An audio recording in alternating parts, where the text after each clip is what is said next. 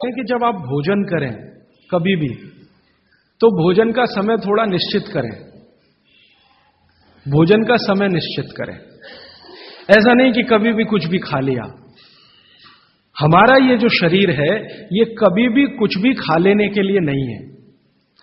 इस शरीर में जठर है, मैंने आपसे कहा, उसमें अग्नि प्रदीप्त होती है। तो बागवती जी कहते हैं कि जब जठर में अग्नि सबसे ज्यादा तीव्र हो उसी समय भोजन करें तो आपका खाया हुआ एक एक अन्न का हिस्सा पाचन में जाएगा और रस में बदलेगा और रस में से मांस, मज्जा, रक्त, वीर्य, मल, मूत्र, मेद और आपकी अस्थियां, इनका विकास होगा। तो कभी भी कुछ ना खाएं। ये पद्धति भारत की नहीं है, ये यूरोप की है। यूरोप में डॉक्टर्स हैं, वो हमेशा कहते हैं कि थोड़ा थोड़ा खाते रहो, कभी भी खाते रहो। हमारे यहां ये नहीं है, थोड़ा थोड़ा खाते रहो, कभी भी खाते रहो। आपको दोनों का अंतर समझाना चाहता हूं। बागवती जी कहते हैं कि खाना खाने का समय निर्धारित करें और समय निर्धारित होगा उससे जब आपके पेट में अग्नि की प्रबलता हो, जठर अग्नि की प्रबलता हो। बागवती जी ने इस पे बहुत रिसर्च किया और वो कहते हैं कि 1.5-2 साल की रिसर्च के बाद उनको पता चला कि जठर अग्नि कौन से समय सबसे ज्यादा तीव्र होती है। जठर अग्नि कौन से समय सबसे ज्यादा तीव्र होती है?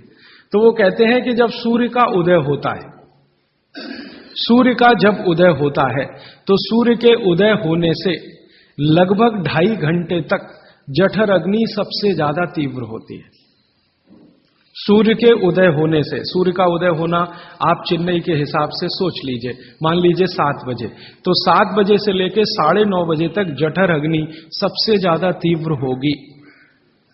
हो सकता है यही सूत्र अरुणाचल प्रदेश में मैं बात करूं तो वो 4 बजे से 6:30 का समय आ जाएगा, क्योंकि अरुणाचल प्रदेश में सूर्य 4 बजे निकल आता है। अगर मैं सिक्किम में बात करूंगा तो और 15 मिनट पहले हो जाएगा। और यही बात अगर मैं गुजरात में जाकर करूंगा तो आपसे समय थोड़ा भिन्न हो जाए। तो सूर्य के साथ इसको ध्यान रखें। तो सूर्य का उदय जैसे ही हुआ उससे अगले 2.5 घंटे तक जठर अग्नि सबसे ज्यादा तीव्र होती है। तो बागवती जी कहते हैं कि इस समय सबसे ज्यादा भोजन करें, इस समय सबसे ज्यादा भोजन करें। वो तो एक जगह यहां तक कह देते हैं कि आप अगर संभव हो तो 9:30 बजे के अंदर ही लंच करें। 9:30 बजे के अंदर ही लंच करें, माने ब्रेकफास्ट गायब, नाश्ता छोड़ें, सीधे ही भोजन करें। यहां तक वो कहते हैं। वो ये कहते हैं कि सुबह 9:30 बजे तक अगर आपने भरपेट भोजन किया है तो इसमें से जो कुछ भी बनेगा वो एक एक बूंद, एक एक अन्न का टुकड़ा, एक एक दाने का टुकड़ा आपके शरीर के लिए उपयोगी होगा। क्यों? क्योंकि वो कहते हैं कि सुबह 7 बजे से, आपके हिसाब से मैं कह रहा हूं, 7 बजे से 9:30 जठर अग्नि बहुत तीव्र होती है। बागवती जी ने एक और रिसर्च किया था कि शरीर के जो अलग अलग अंग हैं, जैसे हृदय है, हृदय, और जैसे जठर है, जठर, जैसे किडनी है, जैसे लीवर है, इनके काम करने का अलग अलग समय है।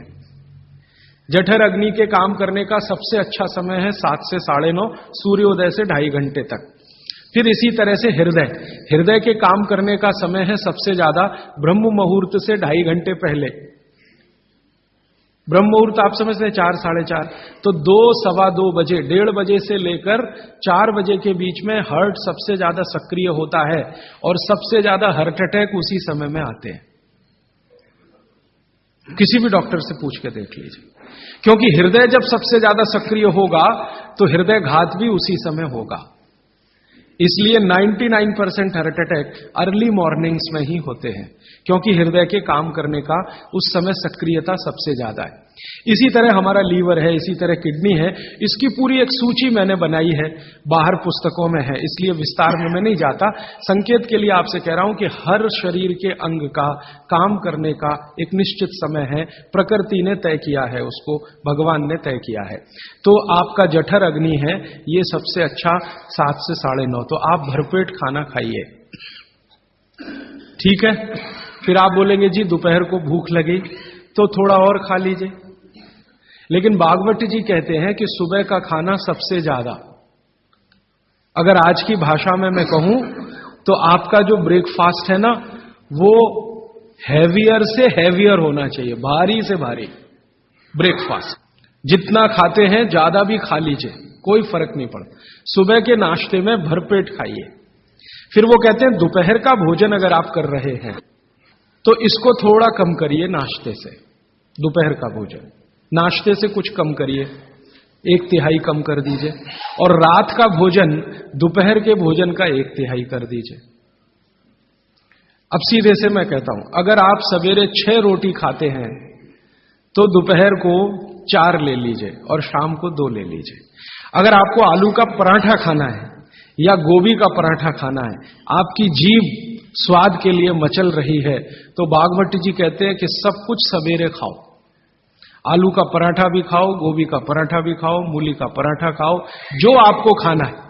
हालांकि जैन है तो आलू का पराठा तो निषिद्ध है, मूली का भी निषिद्ध है आपके लिए।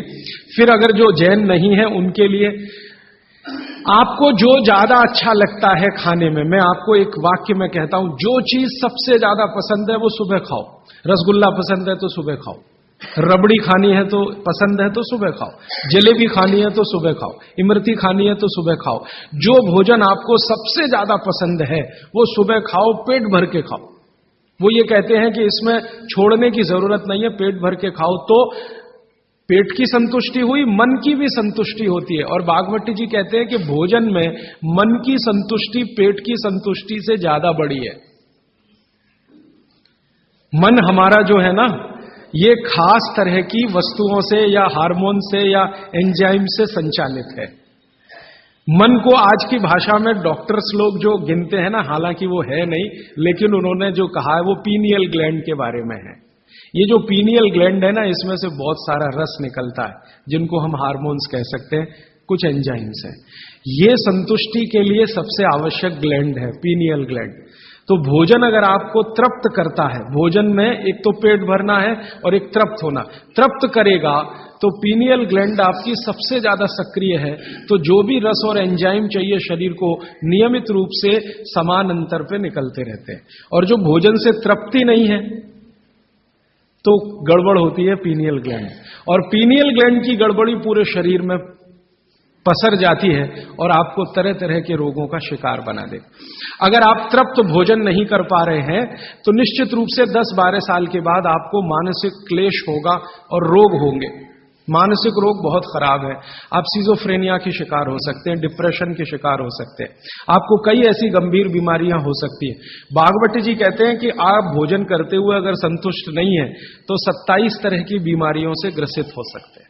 उनकी पूरी सूची है, वो पुस्तक में है। कभी भी भोजन करें तो पेट तो भरे ही, मन भी तृप्त हो। और मन के तृप्त और पेट के भरने का सबसे अच्छा समय सवेरे का ही है। अब मैंने ये बागवती जी के सूत्र को चारों तरफ देखना शुरू किया तो मुझे पता चला कि मनुष्य को छोड़कर जीव जगत का हर प्राणी इस सूत्र का पालन कर रहा है, मनुष्य को छोड़कर। क्योंकि मनुष्य को मैं मूर्ख मानता हूं, हालांकि मनुष्य अपने को होशियार समझता है, लेकिन मनुष्य से ज्यादा होशियार ये जीव जगत के प्राणी हैं। आप चिड़िया को देखो, चिड़िया, कितने भी तरह की चिड़िया, सवेरे सूरज उगते ही उसका खाना शुरू हो जाता है और भरपेट खाती है। 6 बजे के आसपास आप राजस्थान में निकल जाओ, गुजरात में निकल जाओ, सब चिड़िया अपने अपने काम पे लगी हुई है, खाना खाने में खूब जम के खाती है। और पेट भर गया, उसके 4 घंटे के बाद ही पानी पीती है, दोपहर को ही पानी पीती। गाय को देखो, सुबह उठते ही सूरज जैसे ही निकलेगा गाय का खाना शुरू हो जाएगा, भैंस का खाना शुरू हो जाएगा। बकरी, बकरे, भेड़, गधा, घोड़ा सब सुबह उठते ही खाना खाना शुरू करेंगे और पेट भर के खाएंगे, छक के खाएंगे, फिर दोपहर को आराम करेंगे। तो ये सारे जानवर, सारे जीव जंतु, आप सांप को देखो, बिच्छू को देखो, कीड़ी को देखो, चींटी को देखो, चींटे को देखो, सब जानवर, सब जीव जंतु जो हमारी आंखों से दिखते हैं, जो नहीं भी दिखते हैं, ये सबका भोजन करने का समय सवेरे सूर्योदय का ही है। सूर्योदय के साथ ही ये सब भोजन करते हैं, इसलिए ये हमसे ज्यादा स्वस्थ रहते हैं। मैंने आपको कई बार ये कहा है, आप उसको हंस देते हैं, किसी भी चिड़िया को डायबिटीज नहीं होता, किसी भी बंदर को हार्ट अटैक नहीं आता। बंदर तो आपके नजदीक है ना शरीर रचना में, बस बंदर और आप में एक ही अंतर है कि उसको पूंछ है, आपको नहीं है। बाकी सब कुछ एक ही है। आपका हृदय बंदर का हृदय, आपका लीवर बंदर का लीवर, आपकी किडनी बंदर की किडनी, सब कुछ समान है। मां का गर्भाशय, बंदरिया का गर्भाशय, सब समान है। एक ही अंतर है, उसको पूछे, आपको नहीं है।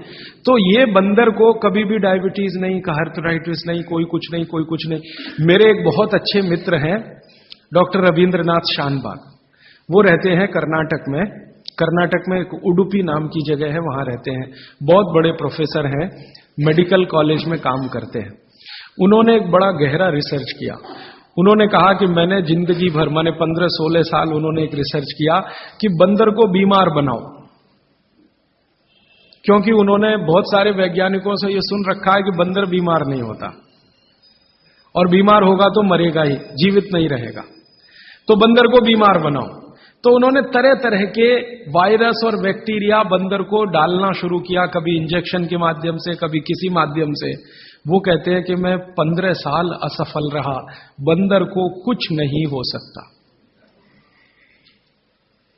और मैंने कहा कि आपने ये बता दिया कि ठीक है बंदर को कुछ नहीं हो सकता। वो कहते हैं कि मैंने बहुत कोशिश किया कि उसके ब्लड का कोलेस्ट्रॉल बढ़ा दूं, बढ़ता ही नहीं। तब उन्होंने एक दिन रहस्य की बात बताई, वो आपको भी मैं बता देता हूं कि बंदर का जो ब्लड है ना, उसका RH फैक्टर दुनिया में सबसे आदर्श है। और आपका RH फैक्टर जब नापता है ना कोई डॉक्टर, तो बंदर से ही कंपेयर करता है, वो बताता नहीं आपको, ये अलग बात है। कंपैरिजन बंदर से ही होता है। कारण उसका है कि उसको कोई बीमारी आ नहीं सकती, ब्लड में कोलेस्ट्रॉल बढ़ता नहीं, ट्राइग्लिसराइड कभी बढ़ता नहीं, डायबिटीज कभी होती नहीं, शुगर कितनी भी बाहर से इंट्रोड्यूस करो उसके ब्लड में टिकती नहीं। तो वो प्रोफेसर साहब कहते हैं यार ये सब एक ही चक्कर है कि बंदर सवेरे ही सवेरे भरपेट खाता है, जो आदमी नहीं खा पाता। तो वो प्रोफेसर रविंद्रनाथ शानबाग ने कुछ अपने मरीजों को कहा कि देखो भैया, बंदर की तरह से खाओ, माने सुबह सुबह भरपेट खाओ। तो उनके कई मरीज हैं जिन्होंने पर उन्होंने एक्सपेरिमेंट किया, और वो मरीज बताते हैं कि जब से उन्होंने सुबह भरपेट खाना शुरू किया, किसी की डायबिटीज माने शुगर कम हो गई, किसी का कोलेस्ट्रॉल कम हो गया, किसी के घुटने का दर्द कम हो गया, किसी के कमर का दर्द कम हो गया, किसी का कुछ, गैस बनना बंद हो गई, पेट में जलन होना बंद हो गई, नींद अच्छी आने लगी, वगैरह वगैरह सारे इंप्रूवमेंट वो बोलते हैं होते हैं। तब से वो चिल्ला चिल्ला कर कहते हैं, और ये बात भागवत जी 3500 साल पहले कहते हैं कि सुबह का खाना सबसे अच्छा, माने सबसे ज्यादा खाना है, सबसे अच्छा खाना है। जो भी स्वाद आपको लगता है वो सुबह ही खाइए। तो सुबह का खाना फिक्स करिए, समय तय करिए। तो समय मैंने आपको बता दिया, सूरज उगा और 2.5 घंटे तक, माने 9:30 बजे तक, ज्यादा से ज्यादा 10 बजे तक आपका भोजन हो जाना चाहिए। और ये भोजन तभी होगा जब आप नाश्ता बंद करेंगे। ये नाश्ता हिंदुस्तानी चीज नहीं है, ये अंग्रेजों की है। और आप जानते हैं ना हमारे यहां चक्कर क्या चल गया है, नाश्ता थोड़ा कम करेंगे, लंच थोड़ा ज्यादा करेंगे, डिनर उससे भी ज्यादा करेंगे। सवा सत्यानाश, एकदम उल्टा। भागवत जी कहते हैं कि नाश्ता सबसे ज्यादा करो, लंच उससे कुछ कम करो, डिनर सबसे कम करो। हमारा बिल्कुल उल्टा चक्कर है, डिनर सबसे ज्यादा, लंच उससे कुछ, और नाश्ता सबसे कम। ये अंग्रेज और अमरीकियों के लिए नाश्ता कम है। कारण पता है, वो लोग नाश्ता हल्का ही करें तो उनके लिए अच्छा है, हमारे लिए नाश्ता ज्यादा ही करना बहुत अच्छा है। कारण उसका एक ही है कि अंग्रेजों के देश में सूर्य नहीं निकलता, साल में 8-8 महीने तक सूरज के दर्शन नहीं होते। और ये जो जठर अग्नि है ना, ये सूरज के साथ सीधे संबंधित है। जैसे जैसे सूर्य तीव्र होगा अग्नि तीव्र होगी, जैसे जैसे सूर्य कम होगा अग्नि भी कम होगी। तो यूरोप और अमेरिका में सूरज निकलता नहीं, साल में 8-8 महीने बर्फ पड़ती है, -40 डिग्री सेंटीग्रेड तापमान होता है। तो वहां जब सूरज है नहीं तो जठर में अग्नि हो नहीं सकती, तो वो नाश्ता हैवी नहीं कर सकते, करेंगे तो उनको तकलीफ हो जाएगी। इसलिए मैंने सबसे पहले दिन जो सूत्र बोला था, अपनी आबो हवा, अपना पर्यावरण, अपना वातावरण, अपनी तासीर, इसको ध्यान में रखकर ही चलें। तो आपके देश की जो आबो हवा और तासीर है वो ये कि हर दिन सूरज निकलता है, सुबह निश्चित रूप से निकलता है, अगले दिन भी निकलेगा, करोड़ों साल से निकल रहा है, अगले करोड़ों साल तक निकलेगा। इसलिए भारत में every morning is good morning. सभी सुबह अच्छी है। यूरोप वाले तरसते हैं गुड मॉर्निंग के लिए, अच्छी सुबह होती नहीं वहां, इसलिए हर एक आदमी दूसरे को विश करता है, may I wish you to have a good morning, इसलिए वो गुड मॉर्निंग वाले लोग हैं। हमारे यहां तो every morning is good morning, तो हम गुड मॉर्निंग में क्यों फंसे हुए हैं? तो गुड मॉर्निंग से निकलिए, नमस्ते में आइए, नमस्कार में आइए, वड़क्कम में आइए। ये गुड मॉर्निंग आपके लिए काम की चीज नहीं है, और ये गुड मॉर्निंग जुड़ी हुई है आपके पेट से। जितनी अच्छी सुबह होगी, माने सूर्य जितना अच्छा होगा, उतनी तीव्र जठर अग्नि होगी, उतना ही अच्छा भोजन करिए। तो वो कहते हैं कि सुबह का खाना आप भरपेट खाइए, माने नाश्ते को लंच में बदल दीजिए, ठीक है, 9:30 बजे तक, 10 बजे तक ज्यादा से ज्यादा। फिर आप इसमें तर्क और कुतर्क मत करिए, जी हमको दुकान जाना है, हमको ऑफिस जाना है, हमको दुनियादारी संभालनी है, किसके लिए? इसी पेट के लिए ना। ये दुनियादारी कर किसके लिए? आप इसी पेट के लिए ना। तो पेट तो दुरुस्त होने के लिए भागवत जी कह रहे हैं कि भाई इसको संभाल लो, तो दुनियादारी संभलती है। और ये गया तो दुनियादारी संभाल के करेंगे क्या? मान लीजिए पेट ठीक नहीं है, स्वास्थ्य ठीक नहीं है, आपने 10,000 करोड़ कमा लिया, क्या करेंगे? डॉक्टर को ही देंगे ना। तो डॉक्टर को देने से अच्छा किसी गौशाला वाले को दे दीजिए, पेट दुरुस्त कर लीजिए। तो पेट आपका है तो दुनिया आपकी है, ये आप जान लीजिए। इसलिए पेट को दुरुस्ती के लिए भागवत जी कहते हैं सुबह का खाना भरपेट खाइए, माने आप बाहर निकलें घर के तो छक्कर खाना खा के निकलिए, भोजन करके ही निकलिए। दोपहर को 12 बजे से 1 बजे के बीच में जठर अग्नि की तीव्रता कम होना शुरू होती है, तो उस समय थोड़ा कुछ हल्का खाएं, माने जितना सुबह खाया उससे कुछ कम खाएं तो अच्छा है, ना खाएं तो और भी अच्छा है।